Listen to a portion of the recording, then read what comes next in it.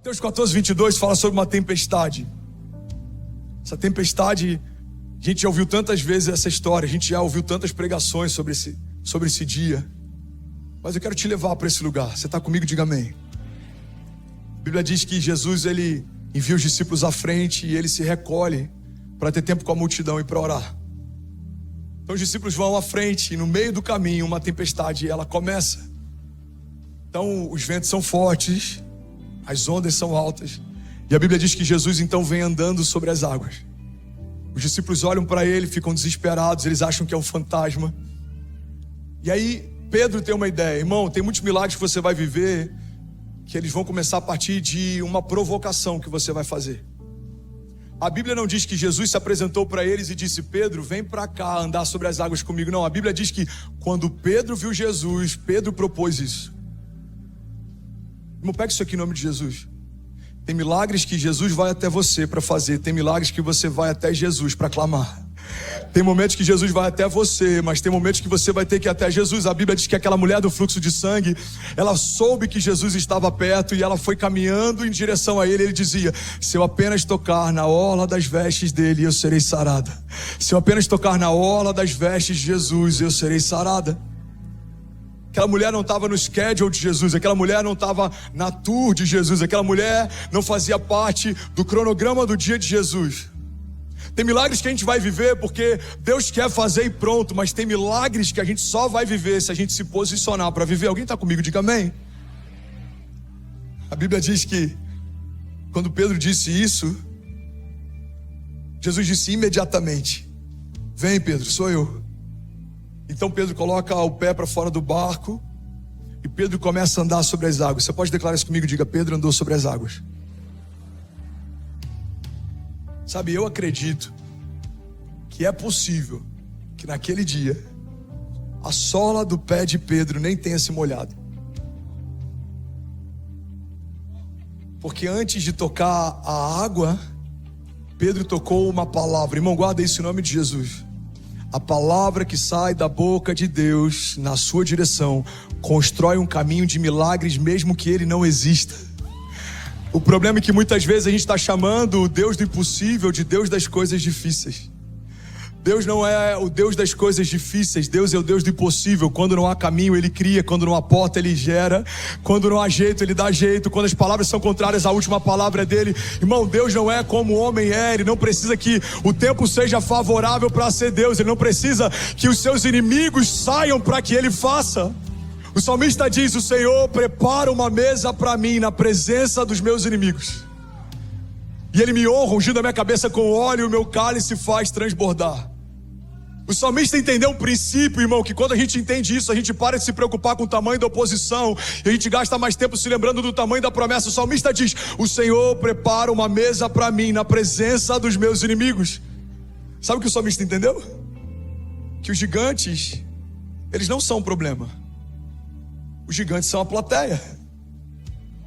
O Senhor não vai preparar uma mesa quando os seus inimigos saírem. O Senhor vai preparar uma mesa para que eles possam ver. O Senhor prepara uma mesa para mim na presença dos meus inimigos. Tem muita gente achando que quando a ansiedade cessar, o meu ministério começa. Quando essa crise cessar, a paz no meu casamento começa. Quando o documento chegar, a paz em relação à imigração começa. Irmão, não é sobre o seu inimigo sair, é sobre o seu Deus entrar. Não é sobre o seu inimigo recuar, é sobre o seu Deus vindo em seu favor. Não é sobre o inferno andar para trás, é sobre a igreja avançar. E a Bíblia diz que as portas do inferno não prevalecerão contra a igreja. Sabe, quando a palavra fala, se for para Jesus você pode fazer melhor, irmão. Vamos, me ajuda, tem um incendiário aí. Portas não são armas de ataque. A palavra de Deus não diz que o inferno vai vir com portas para atacar a igreja vai resistir. Não. A palavra de Deus está dizendo que a igreja vai avançar contra as portas do inferno, e as portas do inferno não prevalecerão contra nós. Pastor, em que momento a igreja invade o inferno? Bom, na minha família, esse momento foi em 2006. Quando um pastor entrou na minha casa, para fazer uma visita pastoral. Naquele dia eu conheci Jesus e naquele dia eu conheci a minha esposa. O tempo que eu tenho com Jesus é o tempo que eu tenho com a Kezinha. Em que momento, pastor, o inferno, as portas do inferno não prevalecem? No dia que Jesus entrou na sua casa, no dia que os seus filhos se converteram, no dia que você parou de se preocupar com a opinião dos outros e começou a gastar tempo lembrando das promessas de Deus. Irmão, as portas do inferno não prevalecerão contra o avanço da igreja.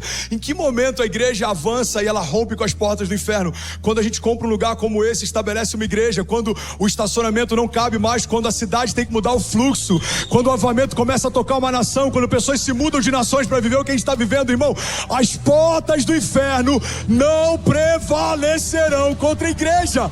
Alguém crê nisso aqui? Diga: eu creio. Diga que eu e a minha casa avançaremos em fé. Diga: romperemos em fé.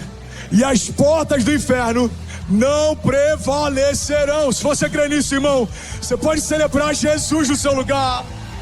Aleluia. Aleluia. Aleluia. Aleluia.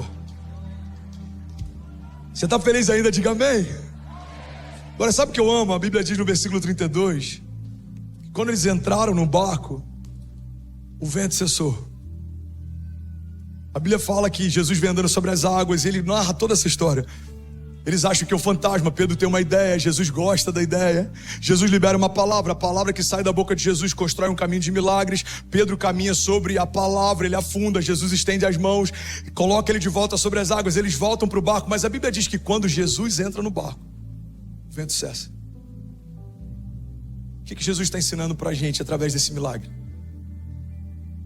Irmão, se Jesus tivesse cessado aquela tempestade no meio do caminho, Pablo, talvez os discípulos gritariam lá de dentro do barco: Jesus, já está tudo bem, a gente encontra do outro lado. Por mais que pareça sem sentido, é exatamente isso que muita gente fez quando entrou na América, por exemplo. Jesus, eu estou no meio de uma tempestade, abre as portas da nação. Visto aprovado. Jesus, eu acabei de chegar nesse lugar, abre portas de trabalho. Approved. Jesus, eu estou começando a prosperar, abre as comportas dos céus. Check. Jesus, obrigado, daqui em diante eu toco sozinho. Quantas pessoas a gente conhece, talvez essa pessoa seja você, e o Senhor te trouxe para uma noite de arrependimento, que clamaram em meio a uma tempestade, mas quando o vento cessou, se esqueceram quem fez o vento cessar. Quantas vezes a gente clama: Senhor, abre uma porta, e quando a porta se abre, a gente esquece quem mantém ela aberta. Quantas vezes a gente fala: Senhor, faz o milagre, e quando o milagre acontece, a gente se esquece de quem é o Deus de milagres. Irmão, guarda isso aqui em nome de Jesus. O convite que Jesus faz para Pedro é algo tão poderoso, talvez a gente não tenha noção da profundidade do que Jesus está fazendo. Jesus convida Pedro para largar tudo e segui-lo, depois que Pedro acaba de viver o maior milagre financeiro da sua história. Mas por que Jesus convida um Pedro provido, um Pedro abençoado, um Pedro que carrega a provisão, e não convida um Pedro falido, um Pedro de redes vazias, um Pedro frustrado? Por um princípio simples.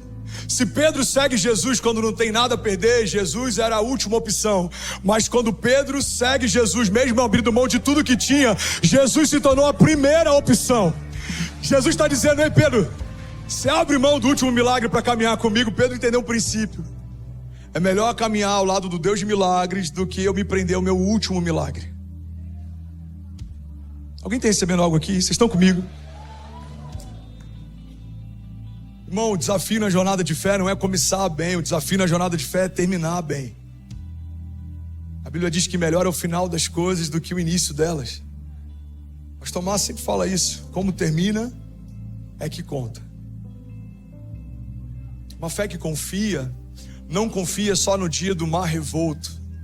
Confia também quando o Deus da sua história fala: agora não, essa porta não, essa sociedade não, esse relacionamento não. Não também é resposta, porta fechada também é milagre. Alguém está comigo? Diga amém. Então no versículo 32 a Bíblia diz: e quando entraram no barco, você pode declarar isso comigo? Diga: quando entraram no barco, o vento cessou. Se Jesus aqui é tomar, enquanto está longe, A paz que os discípulos iam experimentar, Paulo, era uma paz circunstancial. Por que agora você está em paz? Porque agora o vento cessou. Jesus está ensinando algo. A paz que vocês vão experimentar não é porque o mar está calmo, é porque eu cheguei. O mar pode até continuar revolto, mas Jesus está no barco, vai ficar tudo bem. Recebe isso em nome de Jesus. Os dias podem até parecer maus, mas Jesus está na sua casa, vai ficar tudo bem. O espírito de intimidação que ronda a América pode até se levantar contra você por ser imigrante, mas se Jesus chamou o teu nome, vai ficar tudo bem. Os seus inimigos maquinam contra você, se levantam em tempo e fora de tempo, mas se é Jesus quem te chamou para viver o que você está vivendo, declara com autoridade, vai ficar tudo bem. Você pode celebrar Jesus no seu lugar. Aleluia! E aí, tudo bem? Você acabou agora de assistir um vídeo. E se você ainda não está inscrito, já se inscreve também no nosso canal, ativa esse sininho aqui embaixo de notificação e toda vez que eu fizer uma live ou estiver transmitindo uma mensagem ao vivo, você vai ser um dos primeiros a saber. Mas eu deixei mais 2 indicações aqui que eu espero que façam muito sentido para você. Então já aproveita e clica para assistir a próxima mensagem, beleza? Seja bem-vindo ao time de incendiários e eu espero de verdade que essas mensagens mudem a sua vida como elas têm mudado a minha também. Até a próxima. Valeu!